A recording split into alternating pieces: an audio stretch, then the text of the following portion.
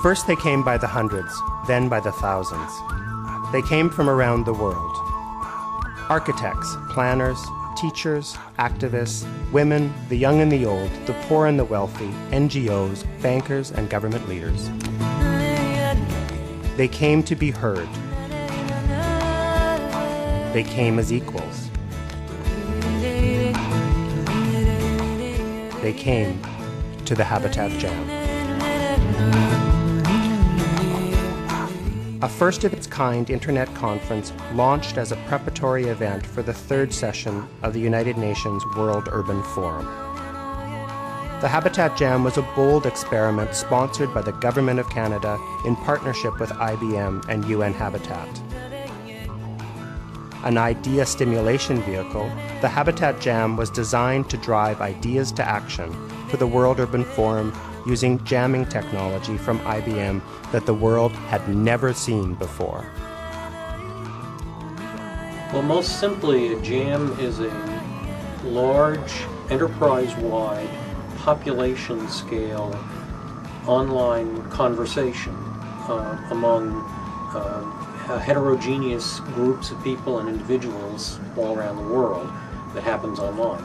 And when I heard that the first opportunity that we had to do a jam outside IBM was going to be on a topic that was as inherently social and progressive as the World Urban Forum, and as inherently global, using the capacity of the internet as an inherently global medium. I mean, I couldn't have imagined a better way for this meme to break out. You know, the amazing thing about the creation of the Habitat Jam is the extent to which all of the partners, the Government of Canada, UN Habitat, and IBM, all stepped up to the plate because they thought that the values and the approach and the inclusiveness that, while risky, the benefits would be tremendous. It was a risk because there were plenty of people who criticized us for focusing on a technology that would not be available to everybody. And obviously not everybody does have access to the internet. However, the risk was worth taking. We have to move ahead. Technology can be very, very effective, and in this case it was. I participated in it myself. I enjoyed it. After a couple of hours, I could have stayed on for hours and hours more. Why? Because I was engaging and I was learning an awful lot from people who were talking to me from Spain, from Africa, from South America, from Southeast Asia. I mean, I was actually dialoguing with them. The Habitat Jam was a democratic process without hierarchy. It offered people who would never have had a chance to participate in a UN event the opportunity to come together to present and evaluate ideas on how to solve some of the world's most challenging urban issues.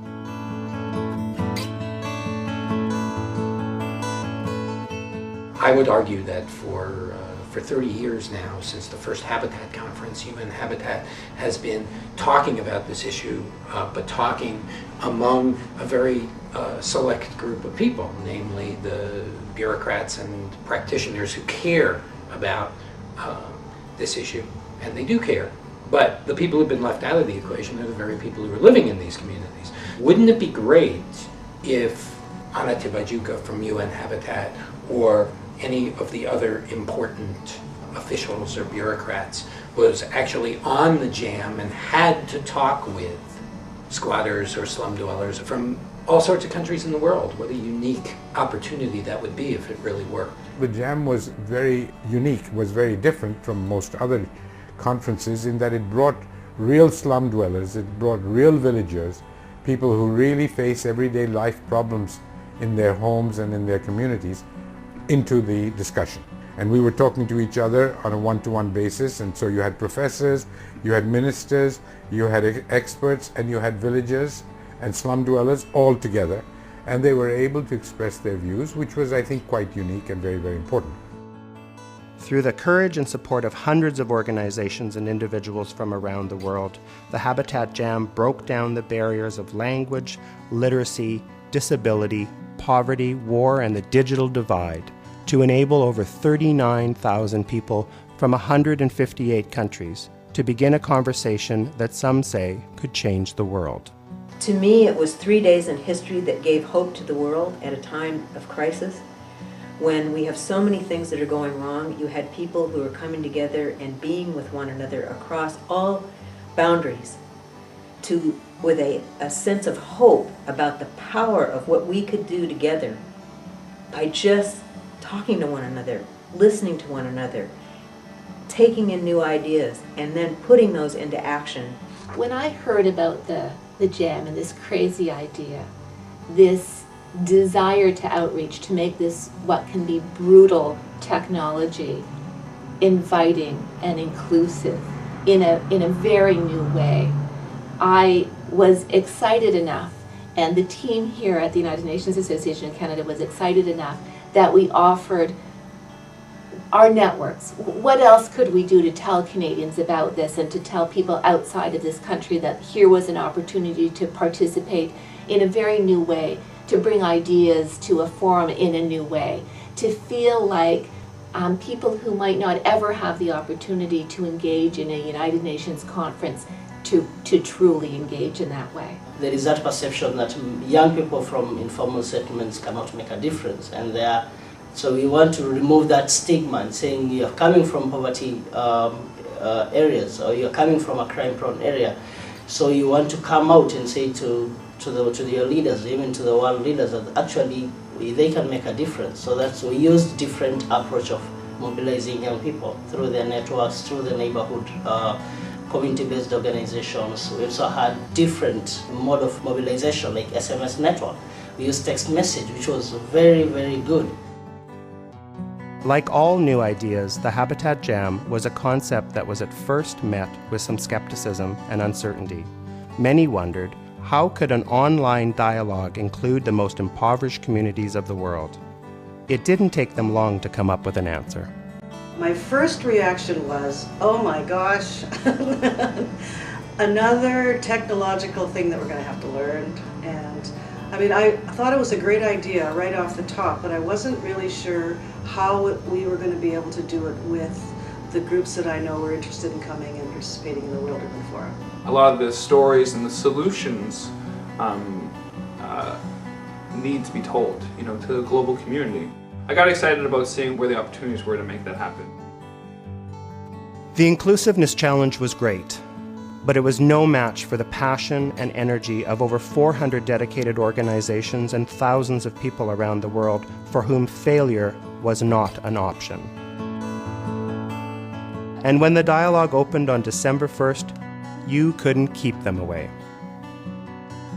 The biggest slam on the jam was that it was not going to be inclusive, and I think we made it inclusive. And I think if you go to someone in the UN in Nairobi or wherever you go, they will say that people were involved that they did not expect to be involved. We had a full agenda. There was over 2,000 people coming through during that 72 hours from all over Nairobi. But we had one particular gentleman that came in who couldn't hear. He brought his own translator. Then he told his translator through sign language what he wanted to say. And the translator with sign language in turn told our facilitator. It was like 3 levels of facilitation, but it happened. Since I'm blind, I use something called a screen reading program, and that is something that reads the computer screen and verbally reads it back to you with a synthesized computer voice. And a lot of websites or applications don't work well with screen reading programs.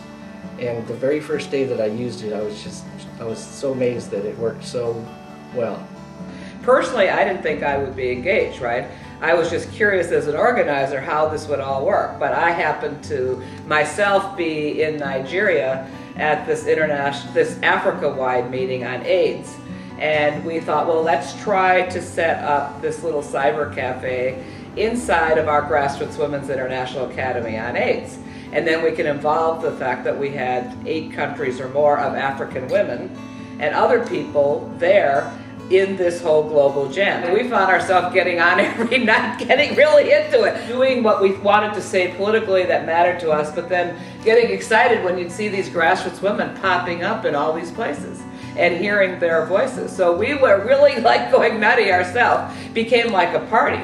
And I thought we couldn't believe it, all of us. I mean, everybody that was skeptical was sitting there saying, hey, this is real. It was a beautiful dialogue, because very emotional dialogue. It's not really only rational dialogues. I also feel very empowerment and hope for the future. The Habitat Jam was an open forum without boundaries. Although the intent was to capture good practices and actionable ideas, there were many who just needed to share their stories of struggle and pain. They needed someone to care. They needed to be heard. The Jam listened. It was very important to them and for them to come out and share their stories. And it was an amazing opportunity for them to be heard in this process. And even if they didn't understand where this was going to go, I think even in the moment, for them to be able to take the mic and stand in front of their own community and share their own grievances was very meaningful to them.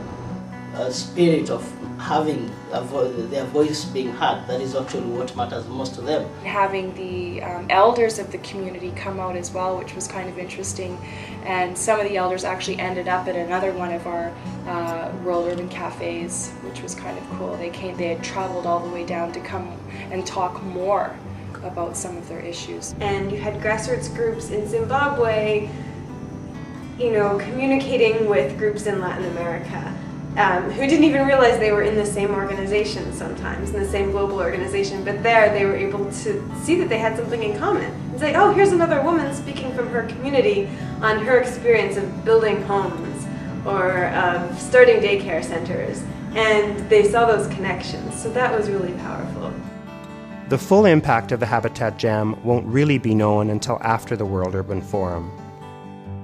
But there is little doubt that it was a catalyst for action around the world. And many believe it pioneered a new model of citizen engagement with enormous potential.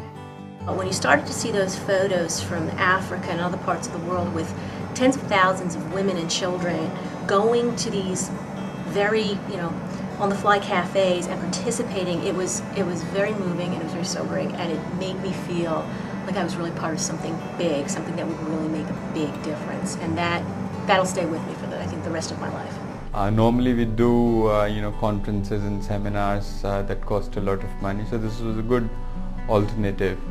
And just as you're doing it, you're also documenting in the same go whatever is being discussed. So I think it was a very effective medium. Over 4,000 pages of dialogue and hundreds of ideas on how to solve the world's most critical urban issues resulted from this unprecedented 3-day event. What the Jam did was deliver us, these 600 ideas to action, which we whittled down to 70 that are directly related to our themes. So we're going to go into this conference with a body of ideas and knowledge and crystallized ideas that we hope will facilitate the discussion, drive some of the discussion, and becomes a strong leave behind, and to help forge these new networks. So I'm very excited about that. Habitat Jam in itself, it definitely did create a lot of wave, a lot of rhythm. Everywhere we created these dialogues in World Urban Cafes, and at the same time, I think to make it more meaningful to the communities that got together and participated in it, it'd be great to take it beyond a report or to take it back into the communities, whatever came out of it, and tie it into the context of their lives, essentially, by starting up maybe a pilot project or by empowering them to take an initiative to work in their own communities. I hope that becomes a component of the Jam, that now that we've centralized all this information, we now take it and decentralize it so that people can work on it in their localities. The Habitat Jam was much more than an online internet conference, a combination of IBM's unique jamming technology, the hundreds of creative solutions shared by participants, and the power of the human spirit to engage the whole world in dialogue. The Habitat Jam went beyond technology.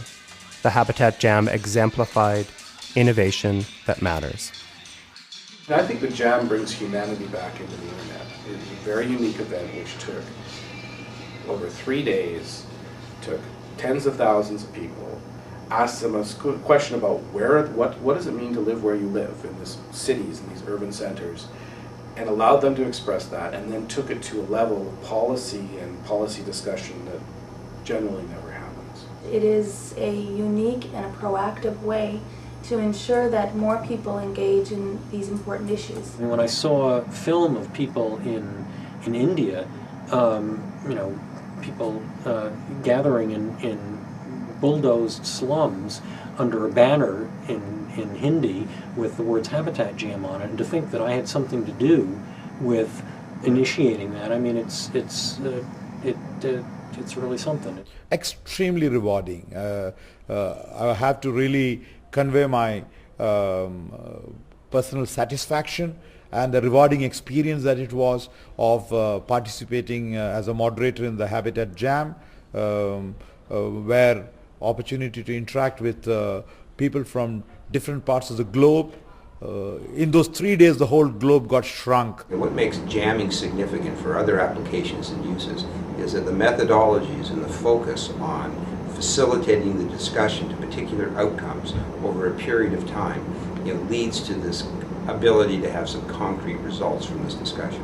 If you did it again and again and again, you could bring together the force of the world to change governments, to change policies, to change practices, to change cities, to change the whole world, maybe be that place that has happened historically, that to help be the catalyst for that tipping point to create a better world than we know today.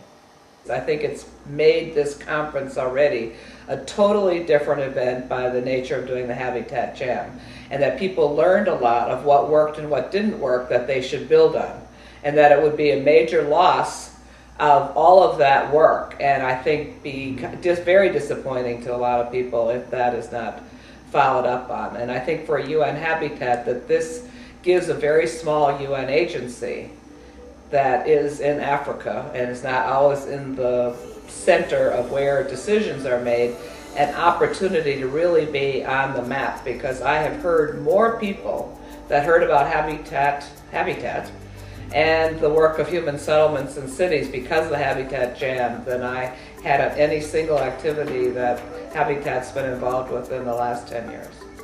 This should be kept continuous. This dialogue should keep on going. Dialogue is the only way by which we can share experiences and views on that. I would believe that at least it should be an annual event. Don't wait for another one more decade. If you're able to do that at regular intervals. Of course we should continue. I mean, technology develops, it opens new venues and new ways of accessing people. Now what we have learned is that to bring people in, we need to work through local organizations, non-governmental, community-based organizations, so that they feel that they are part of it and they know where to go and how to organize it.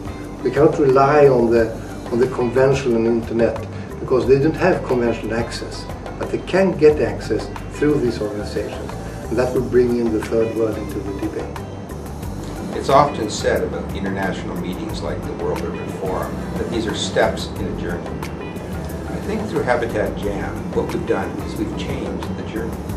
And through the participation of thousands of people that had a desire to make a difference, that had voices that wanted to be heard, this journey will never be the same again. For that experience and for what's happened here in Vancouver at the World Urban Forum, I'd like to thank the Government of Canada for its courage and leadership.